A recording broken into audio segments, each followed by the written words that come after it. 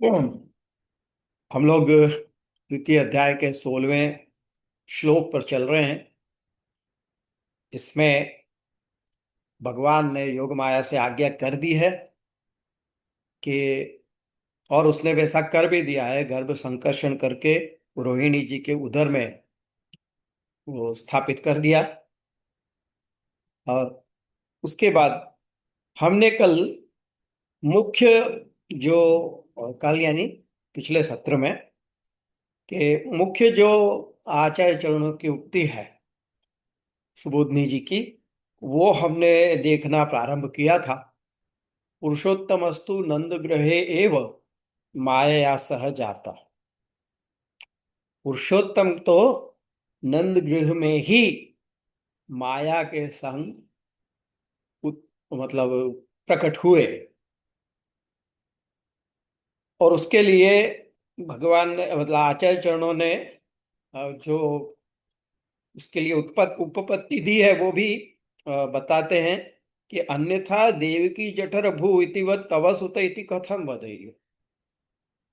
उसके लिए श्रुति रूपाओं का उदाहरण दिया कि जो गोपियां हैं उन्होंने युगल गीत आदि में भगवान को देवकी जठर भू कहा, और साथ ही साथ यशोदा जी को उन्होंने ये भी कहा है कि तव सुत सती यदाधर बिंबे इत्यादि श्लोक में तव सुत ऐसे कह के संबोधित किया है। तो जैसे देवकी के पुत्र हैं वैसे ही यशोदा के भी पुत्र हैं, ये जो गोपिकाओं ने अपने वाक्यों में कहा है, तो वो झूठा नहीं हो सकता। और दूसरी बात, तन मातरौ इति शुक वाक्यम न च विरुध्येत। भगवान के माताओं के रूप में यशोदा जी और रोहिणी जी को बताया है। तन मातरौ यानी उनकी माता, ये नहीं कह के तन मातरौ कहा है। उससे भी ये सिद्ध होता है कि भगवान का प्राकट्य गोकुल में भी वैसे ही हुआ है जैसे वसुदेव जी के घर में हुआ है। मायैव रूपांतरम इति, आपको मैं शेयर कर देता हूं मैं। हाँ, अब यहां देखें आप, तन मातरौ इति शुक वचनम वाक्यम च विरुध्येत मायैव रूपांतरमिति माया निरूपणेनैव चतुर्थाध्याये तस्योत्पत्ति निरूपिता। जो भगवान को मानुष रूप में दिखाया, या भगवान के जो जन्म की बात चौथे अध्याय में ये नव नंदस्त आत्मज उत्पन्न इत्यादि में बताया गया है, तो वो जो प्रतीति है मानुष रूप की प्रतीति, वो माया के कारण है। बाकी भगवान का जन्म तो होता नहीं है। माया ऐसा आभास कराती है कि भगवान का जन्म हुआ है, और मानुष रूप आपका जो देखने में आया गोकुल वासियों को, वो सब माया के कारण है। उत्पत्तेर अनंतरम एवं नंदस्तु आत्मज उत्पन्नेति संभ्रम। और उत्पत्ति के बाद ही नंद राय जी को भी ये लगा नंदस्तु आत्मज उत्पन्ने। ये श्लोक आता है सुखदेव जी का, आगे हम देखेंगे जब उस अध्याय पे पहुंचेंगे, तो वहां पर हम देखेंगे कि नंदस्तु आत्मज उत्पन्ने कहा है सुखदेव जी ने। तो सुखदेव जी झूठ नहीं बोल सकते, गलत नहीं बोल सकते। नंदराय जी को आत्मज की उत्पत्ति पे जो हर्ष हुआ, उसका वर्णन वहां पे आता है। तो इसका भी अर्थ यही होता है, यही सूचित होता है कि यहाँ भी भगवान का प्राकट्य हुआ है। एवं सति सर्वेशम चरित्राणाम अभिनिवेशो भवति। इस प्रकार से, इसी प्रकार से सर्व जो चरित्र हैं भगवान के गोकुल में, जो भी आपने दिखाए दर्शाए, उन सभी चरित्रों के विषय में इसी प्रकार से देखा समझा जाता है। जननम मनसा इति मन उत्तम। जो मन की बात कही गई कि आविवेशांश भांश भागे न मन आनक दुंदुभे। ये जो पिछले श्लोक में कहा कि भगवान ने वसुदेव जी के मन में आवेशित हुए, तो वो मन में आवेशित हुए ये क्यों बताया? क्योंकि जनन जो है वो मन से ही प्रारंभ होता है उसका। जन्म जो है वो पहले मतलब मन में इच्छा होती है, और उसके बाद बाकी सब होता है। तो इसलिए मन ही प्रारंभ से, मतलब सबसे पहले तो मन में ही वो होता है। तो इस प्रकार सुबोधनी जी में आचार्य चरणों ने आज्ञा करी। अब उस पर श्री महाप्रभु श्री गुसाई जी की टिप्पणी हम देखते हैं पहले तो, उसके बाद हम लालू भट्ट जी की भी हम देखेंगे। अब यहाँ गुसाई जी ऐसी आज्ञा कर रहे हैं कि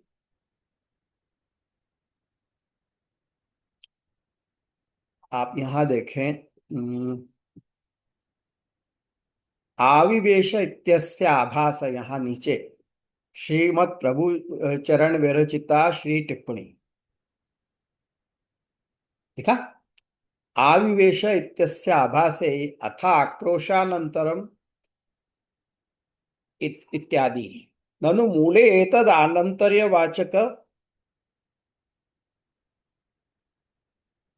आनन्तर्यवाचक पदाभावात् स्वयं तत्कथनम अनुपपन्नम इति भाति इति चेत मयवम। अब कोई यहाँ पे क्या कहा है गुसाई महाप्रभु जी ने? अथ आक्रोशानंतर, ऊपर देखो आप सुबोधनी में, अथ आक्रोशानंतरम विस्रंसन ज्ञानानंतरम एवं भगवान वसुदेव द्वारा देवक्याम आगत। आक्रोश के बाद जो आक्रोश, वो कौन सा आक्रोश हुआ? देवकी जी को के गर्भ से अनंत शेष जी को लेके चली गई योग माया। तो लोगों को ऐसे प्रतीति हुई, लोगों में ये बात फैली कि अरे गर्भ गिर गया। और केवल गर्भ गिर ही नहीं गया, परंतु ये भी बात फैली कि कंस ने राक्षसों को भेज के वो गर्भ गिरवा दिया। इसलिए वो आक्रोश हुआ। तो वो आक्रोश के बाद विस्रंसन ज्ञानानंतरमेव, ये विस्रंसन मतलब गर्भ के गिर जाने का जो ज्ञान हुआ, उसके बाद ही भगवान वसुदेव के द्वारा देवकी में पधारे। देवकी के मन में पधा वसुदेव जी के मन में से देवकी जी के मन में पधारे। तो उसके लिए कह रहे हैं कि गुसाई जी उसकी स्पष्टता करते हैं कि यहाँ पे सुखदेव जी ने तो ऐसा कुछ नहीं कहा है। आप अगर सुखदेव जी के वाक्य देखो ऊपर, तो सुखदेव जी ने क्या कहा है? गर्भे प्रणीति देवक्या रोहिणी योग निद्रया, अहो विश्वसितो गर्भ इति पौरा विचुकृषु भगवान अपि विश्वात्मा भक्ता नाम भयंकर आविवेशांश भागेन मन आनक दुंदुभे। वहां पे ऐसा कुछ नहीं कहा है कि आक्रोश के बाद ये हुआ। तो यहाँ पे महाप्रभु जी ने अपनी सुबोधनी जी में ये क्यों कहा कि आक्रोश के बाद, विश्वसन का ज्ञान हो जाने के बाद भगवान देवकी जी के मतलब वसुदेव जी के मन से देवकी जी के मन में पधारे, ऐसा क्यों कहा? तो ऐसा नहीं कहना चाहिए था, क्योंकि ऐसा कुछ सुखदेव जी ने तो कहा नहीं है। तो वो महा गुसाई जी इसका स्पष्टीकरण करते हैं टिप्पणी में। देखो, भाव अनवो बोधात, भाव का बोध नहीं किया, अब इसको करना नहीं था, इसलिए सुखदेव जी ने वहां कुछ नहीं कहा। वो क्या? तो कि इदम ही शीघ्रम स्वागमनार्थम एवं गर्भ संकर्षण ज्ञापनम, भगवान को स्वयं जल्दी पधारना था गोकुल, और अपने आगमन के लिए ही पहले उस गर्भ को खींचकर रोहिणी जी के गर्भ में पधरा दो, ये कह दिया। और माया ने भी वैसे ही किया। तद गांग गता तन तथा करो इतकी एतावतैव निरूपितम अभूत। उससे यह पता चल गया कि उसने कर दिया है ये कार्य। आक्रोशस्तु प्रकृत अनुपयुक्त, आक्रोश जो हुआ वो अनुपयुक्त था, मतलब अभी कोई जरूरत नहीं थी। एवं सत्यपि गर्भे प्रणीते इति श्लोक कथनम या तद भगवद वाक्यस्य अथ शब्द तात्पर्य कथनाय एव इति ज्ञायते। फिर भी गर्भे प्रणीते ये जो श्लोक पर कहा गया, गर्भे प्रणीते देवक्या रोहिणी योग निद्रया, ये जो कहा गया वो श्लोक क्यों कहा? तो वो भगवत वाक्य जो है ना, अथ अहम अंश भागेन देवक्याम पुत्रताम, वो जो प्राप्स्यामि ऐसे करके जो उसको कहा योग माया को, मैं अथ, वहां पे जो भगवान ने अथ कहा, वो अथ का संदर्भ यहाँ पे अथ आक्रोशानंतरम ये करके महाप्रभु जी ने बताया। देखो, अथ शब्द जो है ना, वो अनेक अर्थों में उसका यूज होता है। एक अथ शब्द तो मंगलार्थक होता है, मतलब अथ कहने से आगे जो भी कुछ कहने जा रहे हैं उसका मंगल सूचक एक ऑस्पिशियस शब्द है, इसलिए अथ लिया जाता है। एक तो उस मतलब से लिया जाता है। दूसरा, टॉपिक चेंज करना हो, नया सब्जेक्ट कुछ उठाना हो, तो हम अथ शब्द वहां रखते हैं। अथा तो ब्रह्म जिज्ञासा ऐसे कह के वेदांत में सबसे पहले प्रारंभ होता है। तो वो अथ यानी कोई नया टॉपिक अब आने वाला है। या फिर अथ शब्द अनंतर्य को बताता है। इसके बाद क्या हुआ? अथ इदम अभवत, ऐसे अगर कोई ये मतलब ये प्रश्न होता है ना कि उसके बाद क्या है, तो अथ कह के बताते हैं कि ये हुआ, इसके बाद ये हुआ, तो आनंतर्य के अर्थ में। तो ये वही के भगवत वाक्य से अथ शब्द तात्पर्य कथनाय इति ज्ञायते। ये जो भगवान आचार्य चरणों ने अथ आक्रोशानंतरम लिखा, वो इसी को बताता है कि देवकी जी के गर्भ से उसको पधराया, रोहिणी जी के गर्भ में, उसके बाद आक्रोश हुआ, और उसके आक्रोश के बाद भगवान देवकी जी के मन में पधारे, वाया वसुदेव जी के मन से। अन्यथा तत्सन्निकृष्य रोहिण्या उदरे सन्निवेश इति उक्ते प्रयोजनाकांक्षायाम अहम देवक्यां पुत्रतां प्राप्स्यामि एता एतावतैनैव चारितार्थात् अथ शब्दम न वदे। देवकी जी के गर्भ से वहां पधरा दिया, उसके बाद क्या, ये अगर माया पूछे तो भगवान ने बता ही दिया कि मैं देवकी जी के पुत्र के रूप में प्राप्त होऊंगा उनके। अ, तो उसी उतना ही कह देते। अथ अहम अंश भागे न, ये कहने की आपको आवश्यकता नहीं होती, भगवान को अथ कहने की आवश्यकता नहीं होती। पर वो अथ इसलिए कहा, एवं सति यस्माद आनंतर्य प्रभु बुद्धि स्थम स पदार्थो गर्भे प्रणीते इति श्लोकेन विवृत। किसके बाद भगवान पधारेंगे, किस घटना के बाद भगवान देवकी जी के गर्भ में पधारेंगे, ये बताने के लिए गर्भे प्रणीते देवक्या रोहिणी योग निद्रया, ये सुखदेव जी ने कहा।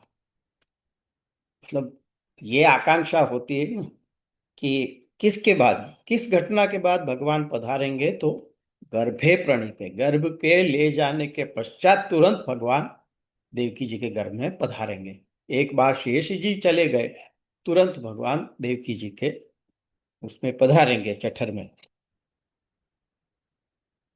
आचार्यैरपि तथ्य तमेव अथ शब्दम प्रतीकत्वेन उक्त्वा गर्भ इति श्लोकोक्त तात्पर्यम आक्रोशानंतरम इत्यादिना अनुदितम।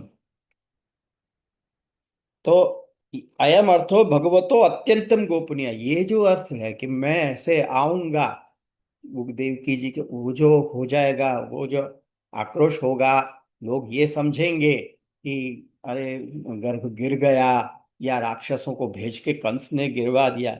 ये सारी बातें अत्यंत गोपनीय, बहुत सीक्रेट बात है ये।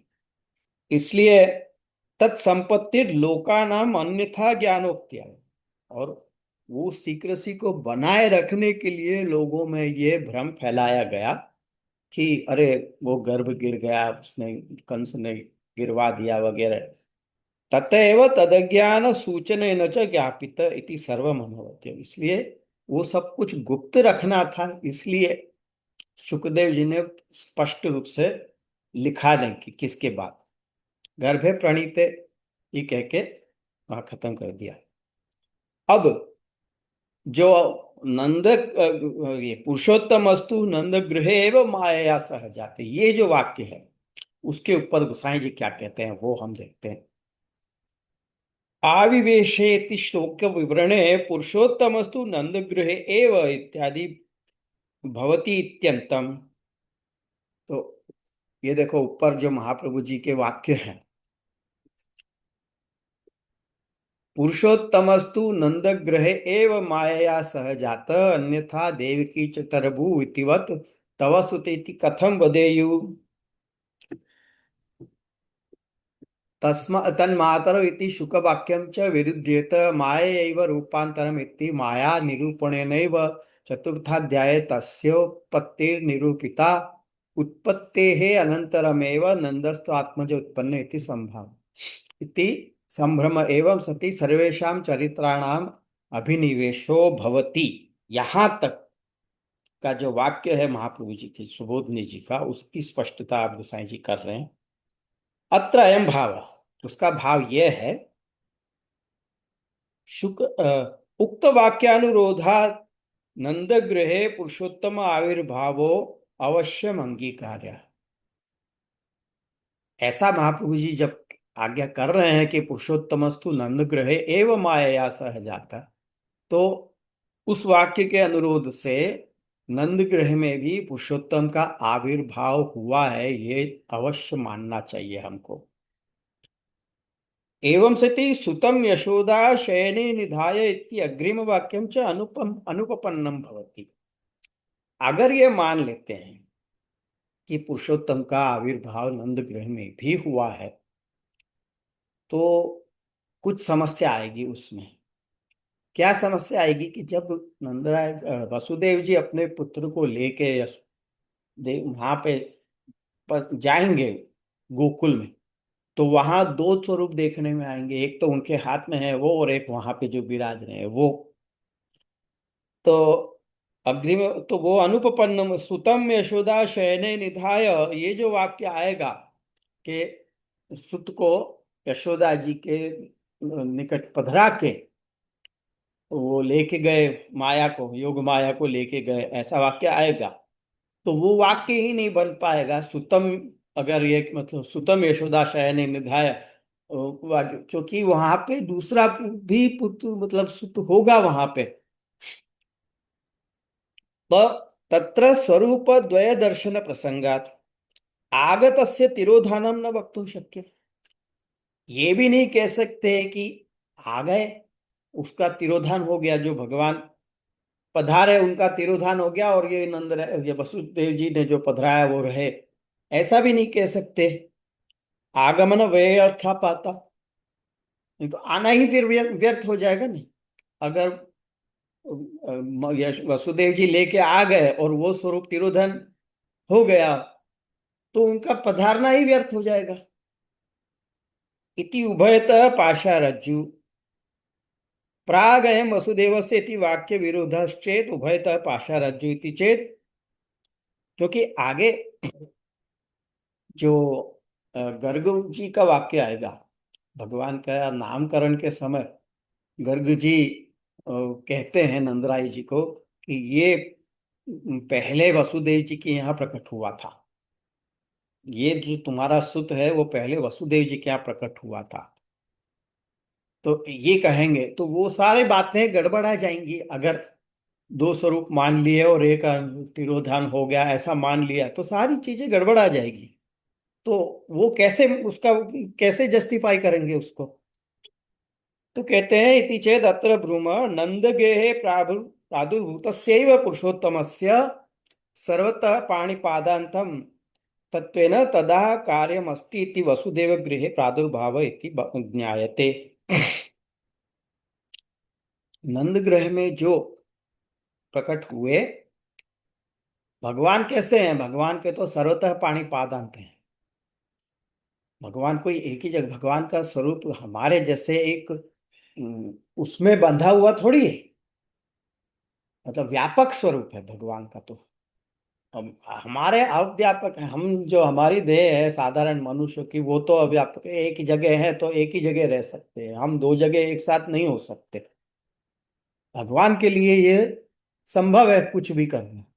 भगवान एक साथ 10 जगहों पे भी हो सकते हैं, दो की तो क्या ही बात करनी है। एक साथ कई जब भगवान ने 16,108 पटरानियां थी और उन सबके साथ एक साथ विराजते थे। ये साधारण मनुष्य तो नहीं कर सकता। भगवान सर्वतः पाणी पादांत है, वो सब कर सकते हैं, भगवान के लिए वो संभव है। तो नंदगृह में, वो आप भगवान आचार्य चरणों का ये कहना है, गुसाई जी का ये कहना है कि नंदगृह में जो प्रकट हुए वही पुरुषोत्तम, क्योंकि वो सर्वतः पाणी पादांत हैं। तदा कार्यमस्ति वसुदेव गृह प्रादुर्भाव इति ज्ञाते, उन्हीं का वसुदेव के गृह में प्रादुर्भाव हुआ। मतलब भगवान पहले तो वसुदेव जी के सामने कारागार में प्रकट हुए और वहां कहा कि मैं तुम्हारे पुत्र के रूप में होऊंगा। और उसके बाद आगे हम वो सब देखेंगे जब वो प्रसंग आएगा तो। और उसके बाद देवकी जी और वसुदेव जी दोनों मिलके स्तुति करते हैं भगवान की। और वो स्तुति हो जाने के पश्चात देवकी जी भगवान को विनती करती हैं कि आप अपना ये स्वरूप को छिपा लीजिए, कंस आएगा तो वो कुछ ना कुछ गड़बड़ करेगा, आपको कुछ नुकसान नहीं कर दे, इसलिए आप अपना ये रूप छिपा लीजिए, ये कहते हैं। तो भगवान वहां पे इसमें आता है आगे कि भगवान उस समय फिर तुरंत प्राकृत शिशु के जैसे हो गए, ऐसे दर्शन दिए कि साधारण शिशु के जैसे एक मानुष रूप ने दर्शन दिया। तो वो जो मानुष रूप का दर्शन वहां पे वसुदेव जी ने और देवकी जी ने किए, वो स्वरूप ये नंदराय जी के यहाँ प्रकट हो चुका था और उसी के दर्शन यहाँ हुए उनको। सएव बाभुव प्राकृत शिशु शिशु इत्यनेनोक्त, वो ही स्वरूप जो नंदराय जी के यहाँ प्रकट हुआ था उसके दर्शन यहाँ कारागार में वसुदेव जी और देवकी जी को हुए। पूर्व रूपस्य तिरोधाने भी अग्रिम कार्यार्थम स्वस्मिन्नेव स्थापितवान, जो पूर्व रूप जो वसुदेव जी के यहाँ प्रकट हुआ था चतुर्भुज स्वरूप, वो अपने भीतर ही समाहित कर लिया भगवान ने उस मानुष रूप के भीतर। क्योंकि वो व्यू सहित पधारे थे वहां। पुरुषोत्तम ये वसुदेव जी के घर में जो भगवान का प्राकट्य हुआ वो चारों व्यू सहित हुआ। चार भी नहीं, चार हुए क्योंकि वसुदेव जी वासुदेव व्यू के भीतर ही विराजते हैं भगवान। पुरुषोत्तम का विराजने का स्थान वासुदेव व्यू है। वासुदेव व्यू जो है वो शुद्ध सत्व का रूप है। जब तक शुद्ध सत्व रूप नहीं होता तब तक भगवान पधारते नहीं। तो वासुदेव व्यू तो पधारे और उसमें ही भगवान प्रद्युम्न अनिरुद्ध और संकर्षण व्यू सहित आप वहां पधारे। और वही जो स्वरूप है उसको अपने भीतर समाहित कर लिया किन्होंने, जो नंदराय जी के घर में प्रकट हुए उन्होंने। क्योंकि यहाँ पर भी बहुत सारे कार्य करने हैं जिनमें इन व्यूहों की आवश्यकता पड़ेगी। वही आगे वो इसमें कह रहे हैं कि यतो मुक्ति भूभार हरण वंश संबंधित्वेन आविर्भाव पित्रादि सुखदान वेद मार्ग रक्षा नारद शाप विमोक द्विज सम्मानन इत्यादि कार्याणि वासुदेवादि मूर्ति नियत कारण कार्याणि अग्रे स्पष्टानि।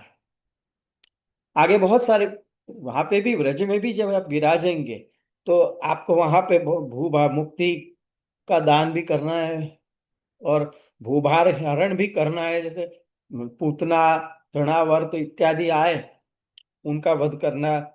तो और वो पित्रादि सुख दान, नंदराय जी यशोदा जी को पुत्र रूप का सुख दान देना है तो वो प्रद्युम्न अंश का कार्य वहां पे भी आएगा। वेद मार्ग की रक्षा करनी है तो उसमें अनिरुद्ध का भी कार्य आएगा। और नारद शाप, नारद जी ने जो नलकूबर मणिग्रीव जो थे पेड़ रूप से हो गए थे, फिर भगवान ने उखल लीला में उनको उद्धार किया था।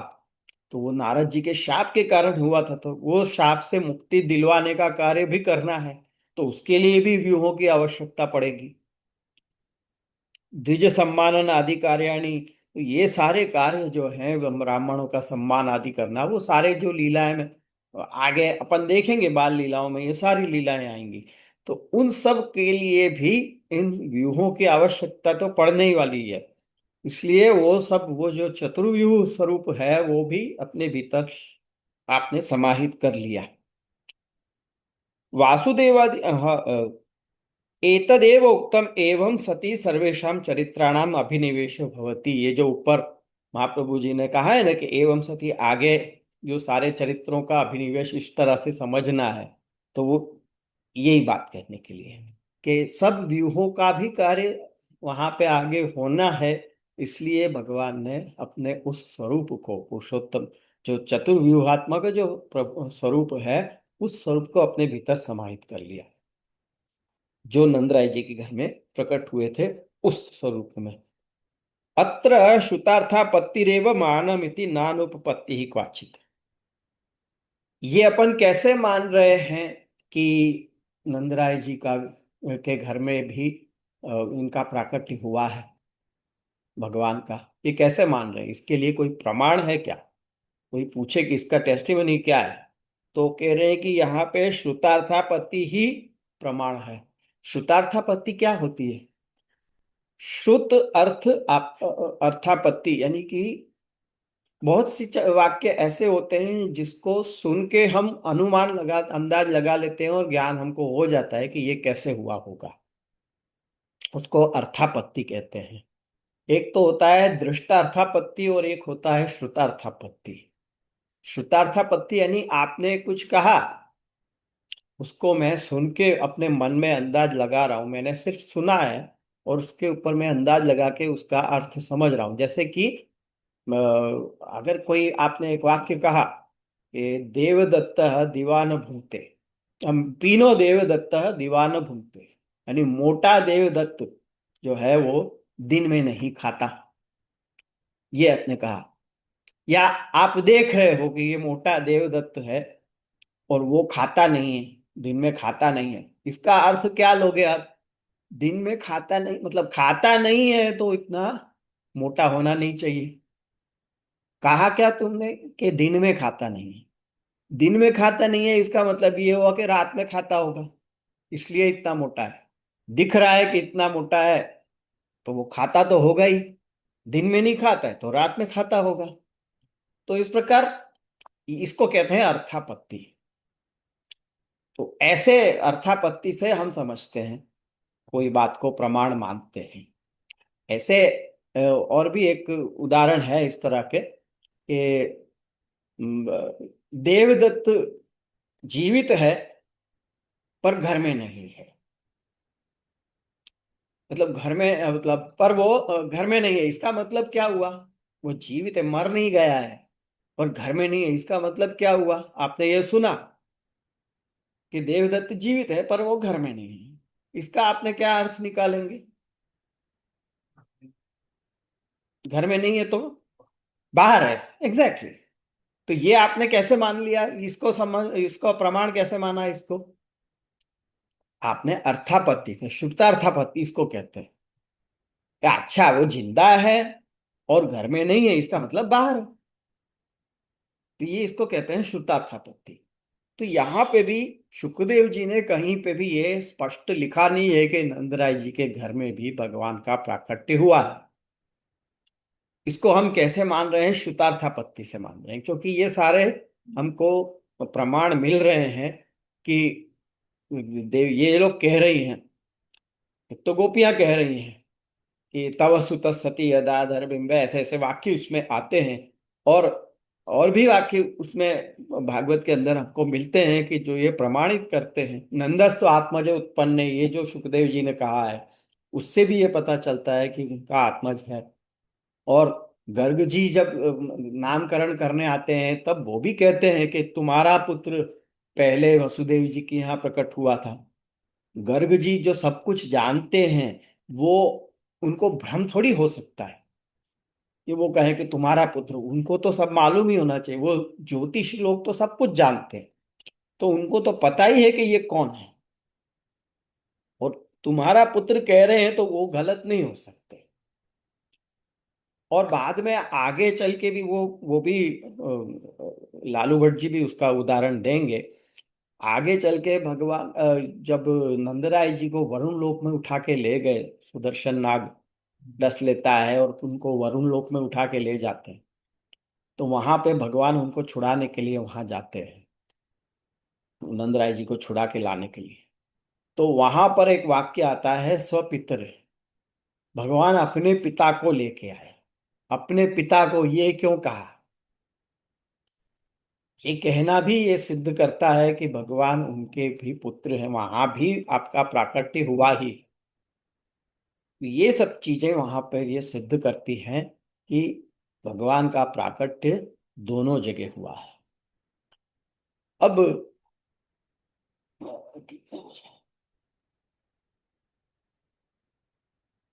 अगर हम लालू भट्ट जी का यहाँ से लेते हैं तो वो थोड़ा लंबा है, वो ज्यादा बड़ा चलेगा। आज लेना है या फिर अगले सेशन में ले, थोड़ा शुरू कर देते हैं। क्योंकि इसमें सबसे बड़ा सवाल ये आता है कि ये जो महाप्रभु जी का वाक्य है, पुरुषोत्तमस्तु नंद गृहे एव मायया सह जात, ये कहने का मतलब सबसे पहले तो एक तो ये समझो कि कैसे हुआ भगवान का प्राकट्य। माया से आवेष्टित होके भगवान पधारे हैं। मतलब माया, माया के भीतर वासुदेव व्यूह, और वासुदेव व्यूह क्योंकि भगवान बिना शुद्ध सत्व के तो पधारते ही नहीं, विराजते ही नहीं। तो माया, देवकी जी के गर्भ, सॉरी, यशोदा जी के गर्भ में माया, माया के भीतर वसुदेव, वासुदेव व्यूह, और उस वासुदेव व्यूह के भीतर भगवान। तो इस प्रकार माया से आविष्टित होके पधारे हैं। पर अब महाप्रभु जी का ये जो वाक्य है, पुरुषोत्तमस्तु नंद गृहे एव माया सह जाता, इसका आप अभी आपको समझ में नहीं आ रहा होगा, लेकिन अगर मैं इसको हिंदी में ट्रांसलेट करूं कि पुरुषोत्तम तो नंद के घर में ही माया के संग प्रकटे, तो इसका क्या आप अर्थ लोगे? हम्म। नहीं, यहाँ पे देखो, मैं शब्द क्या ले रहा हूं उस पे ध्यान दो। पुरुषोत्तम तो माया नंद के घर में ही माया के संग उत्पन्न हुए।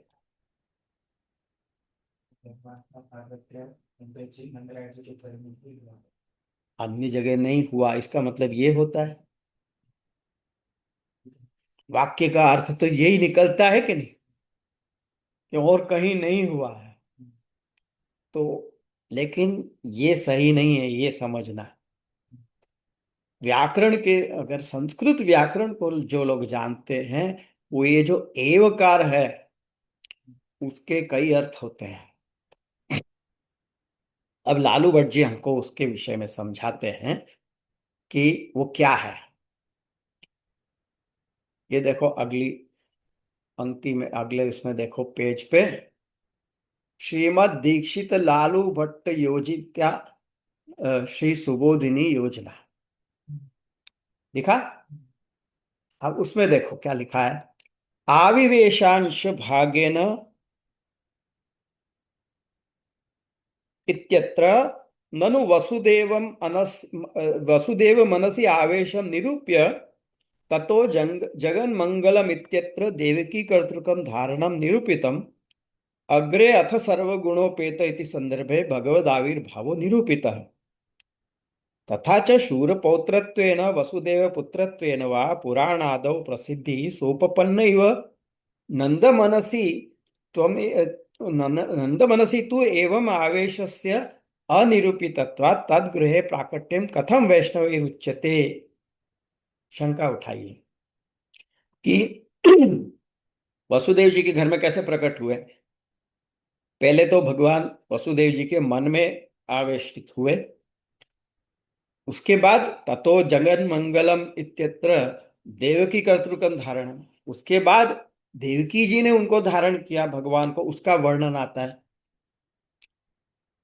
ये बता के आगे अथ सर्व गुणोपेत, ये भगवान का जो प्राकट्य हुआ वसुदेव जी के घर में, उसका वर्णन आता है अथ सर्व गुणोपेत इत्यादि श्लोकों से। वो तीसरे अध्याय में आएगा प्रारंभ में। तो भगवान का आविर्भाव वहां पे बताया। और भगवान शूर के पौत्र हैं, शूरसेन के पौत्र के रूप में, वसुदेव जी के पुत्र रूप में पुराण आदि में प्रसिद्ध है। हम केवल भागवत नहीं, और भी जगह पे इसका हमको उल्लेख मिलता है, तो वो जस्टिफाइड है। सो उपपन्नैव नंद मनसि तु एवं आवेश से अनिरूपितत्वात्, तो नंद के मन में भी ऐसे ही पधारे, ये तो नहीं लिखा है। तद्गृहे प्राकट्यम कथम वैष्णव ही उच्यते, तो भगवान उनके घर में प्रकटे, ऐसा कैसे कह सकते हैं हम। इति आशंक्य नंदालये स्वतंत्रतया पुरुषोत्तम प्रादुर्भावम साधयन्ति पुरुषोत्तमस्तु इत्यादि। तो जो महाप्रभु जी का वाक्य है पुरुषोत्तमस्तु नंद गृहे एव माया सह जात, ये वही बताने के लिए वाक्य है कि नंदालय में भगवान स्वतंत्रतया, वसुदेव जी के और देवकी जी के द्वारा नहीं, पर स्वतंत्र रूप से, स्वतंत्रतया आप ऐसे पुरुषोत्तम प्रादुर्भाव सिद्ध हुआ है, ये बताने की यह अयम अर्थ है। इसका अर्थ ये हुआ कि मथुरायाम ही वंश संबंधी लीला चिकीर्षया वसुदेव मनसि प्रद्युम्न रूपेण आविश्य वैध दीक्षा प्रकारेण वसुदेव मानसात् देवक्याम आगत, ततो व्यूह विशिष्ट साक्षात पुरुषोत्तमो अकस्माद अलौकिक रीत्या वसुदेव देवक्योर अग्रे प्रादुर्भूत। मथुरा में वंश संबंधी लीला आपने सोची हुई है कि मुझे वंश संबंधी लीला मथुरा में करनी है वसुदेव जी, क्योंकि वसुदेव जी के शुरू से ही उनको आनक दुंदुभी कहा गया, और ये सब तो उनके वंश संबंध से होके प्रकट होना है, ये भगवान ने तय कर रखा था पहले से। तो वसुदेव, तो इसलिए वसुदेव जी के मन में प्रद्युम्न अंश से आवेशित हुए पहले, और फिर वेद दीक्षा, जैसे एक दीक्षा देते हैं, दीक्षा देने में कैसे होता है कि गुरु है वो कान में शिष्य के मंत्र कहता है और फिर वो मंत्र को ग्रहण करता है शिष्य, उस प्रकार से वसुदेव जी के मन से देवकी जी के भीतर पधारे हैं। तो वैध दीक्षा प्रकार वसुदेव मानसा देवक्याम आगत, और तब व्यूह विशिष्ट यानी चारों व्यूह सहित साक्षात पुरुषोत्तम अकस्मात, अकस्मात अलौकिक रीत से वहां पर वसुदेव और देवकी जी के भी सन्मुख पधारे। आविरासित यथा प्राच्यान दिशीन्दुरिव पुष्कल, वहां पे यह वाक्य आता है कि जैसे पूर्व दिशा में चंद्रमा प्रकट हो जाता है, ऐसे भगवान देवकी जी और वसुदेव जी के सामने प्रकट हो गए। इति वाक्यात नंदगृह तो वंश संबंधी लीलाया अचिकीर्षत, नंदगृह में ऐसी कोई वंश संबंधी लीला करने का भगवान ने सोचा हुआ नहीं है, वो भगवान की इच्छा वैसे नहीं है नंदगृह में वंश संबंधी लीला करने की। तो न नंद मनसी प्रद्युम्न रूपेण आवेशो न वा वसुदेवा देवक्यामिव नंद मनस्तो यशोदायाम आगत, न तो भगवान नंद जी के मन में पहले पधारे और न वहां से फिर यशोदा जी की, जैसे वसुदेव जी से देवकी जी में पधारे ऐसे नंद राय जी से यशोदा में पधारने का ऐसा कोई वो प्रोसेस आपने नहीं अपनाया। वसुदेव गृहे प्रद्युम्नादि व्यूहानाम अपनी प्राकट्यम नंद गृहे तो न प्रद्युम्नादि प्राकट्यम, वसुदेव जी के घर में सब व्यूहों का प्राकट्य भी हुआ है, पर नंदराय जी के घर में प्रद्युम्न, अनिरुद्ध और संकर्षण, इन तीनों व्यूहों का प्राकट्य वहां नहीं हुआ है। नैतावता पुरुषोत्तम आविर्भावो नंद गृहे निवारयितुं शक्य, लेकिन इससे हम ये नहीं कह सकते कि भगवान का प्राकट्य नंद ग्रह में नहीं हुआ है, पुरुषोत्तम का आविर्भाव नंद ग्रह में नहीं हुआ, ऐसा हम नहीं कह सकते।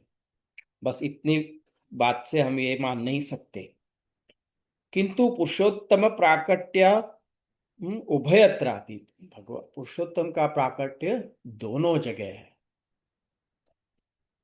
अतो नंदगृहे प्रादुर्भावम साधयन्ति पुरुषोत्तमस्तु इत्यादि, इसलिए महाप्रभु जी ये बात आज्ञा कर रहे हैं, ये कह रहे हैं कि पुरुषोत्तम का आविर्भाव तो हुआ है नंदराय जी के घर में भी। तु शब्देन आविवेश अंश भागेन इत्यनेन उक्तो व्यूहो व्यावर्तित। वहां जो तू शब्द दिया, पुरुषोत्तमस्तु, यानी पुरुषोत्तम तो हुए हैं प्रकट। अब ये पुरुषोत्तम तो हुए हैं कहने से क्या से तो ये हो रहा है, सूचित हो रहा है कि पुरुषोत्तम तो हुए हैं, चार व्यू नहीं हुए।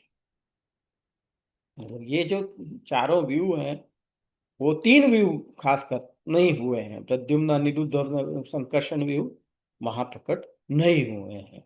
तो जो तू शब्द है उससे ये पता चल रहा है।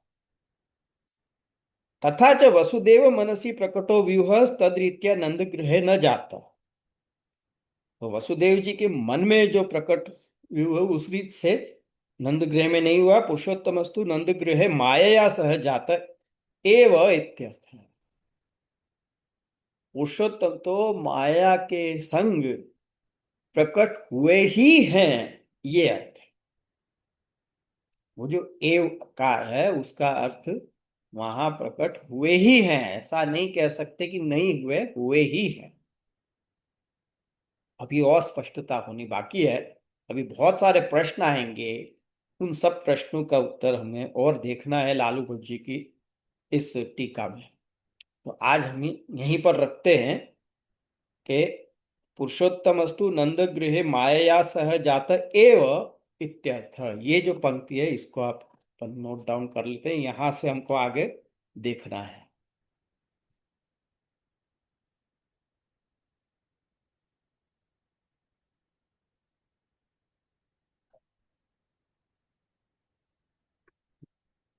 तो आज यहाँ रखते हैं,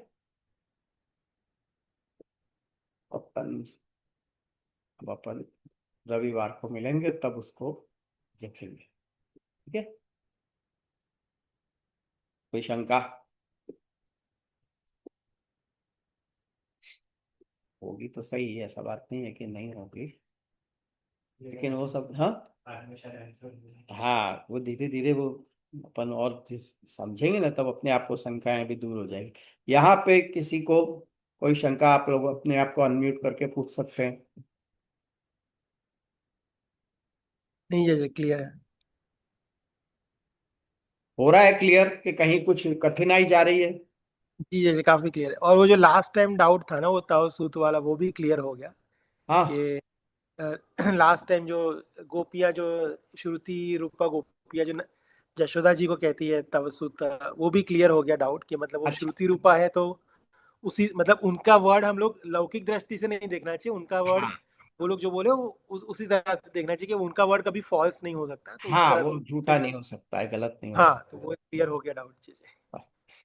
ठीक है, कभी और आनंद आएगा ये लालू भट्ट जी की जो योजना है उसको देखने में, हम सारे डाउट्स क्लियर हो जाएंगे, उसके बाद ही हम आगे पढ़ेंगे। ठीक है, तो इसका ठीक है। भी आप, हाँ આપે વાસુદેવ વ્યૂહ તો ગોકુલમાં અને ત્રણ વ્યૂહ સંકર્ષણ પ્રદ્યુમન એ મથુરામાં ને એમ આપે કયું? હા, ના મેં એમ કીધું કે અહીંયા પણ વાસુદેવ વ્યૂહ આવ્યું છે, કારણ કે ઠાકુરજી વાસુદેવ વ્યૂહ વગર તો બિરાજતા જ નથી, જ્યાર સુધી વાસુદેવ વ્યૂહ ન હોય ત્યાર સુધી ભગવાનનું ત્યાં એટલે પધારતા જ નથી, શુદ્ધ સત્વમાં જ આપનું આધાન થાય છે, એટલે વાસુદેવ વ્યૂહ તો ત્યાં પણ થયું, મથુરામાં પણ। અચ્છા અચ્છા આજે આજે આવશે એનું આગળ સ્પષ્ટીકરણ આવશે કે જે વસુદેવજીનો જે તેજ આવ્યો એ તેજ શેનો છે? એ વાસુદેવ વ્યૂહનો છે. જે ભગવાન જ્યારે એમના મનમાં પધાર્યા ત્યારે વસુદેવજીનો જે તેજનું વર્ણન આવે છે ને, એ તેજ શેનું છે? એ વાસુદેવ વ્યૂહ પધાર્યું અને એમાં બિરાજેલા પુરુષોત્તમ છે, એનું તેજ છે. એટલે વાસુદેવ વ્યૂહ તો બંને જગ્યાએ છે. ભગવાન વાસુદેવ બંને વ્યૂહ જગ્યાએ છે. પધારતા જ નથી. અચ્છા, ઓકે. મને એમ થયું કે આપણે વાસુદેવ ચારે વ્યૂહ વ્યૂહ મને કે અહીંયા ગોકુળ. અને ત્યાં કેવલ એક વ્યૂહ, 3 વ્યૂહ નહીં. ઓકે, બંને જગ્યાએ વાહ, હા, ચારે છે. ઓકે. ઠીક. બીજું એક વિનંતી છે, આપ જે મોકલાવો છો ને હા. વલ્લભ પ્રભુના સુબોધીજીની અને ગુસાઈજીના, એ છે ને જરાક દર્શન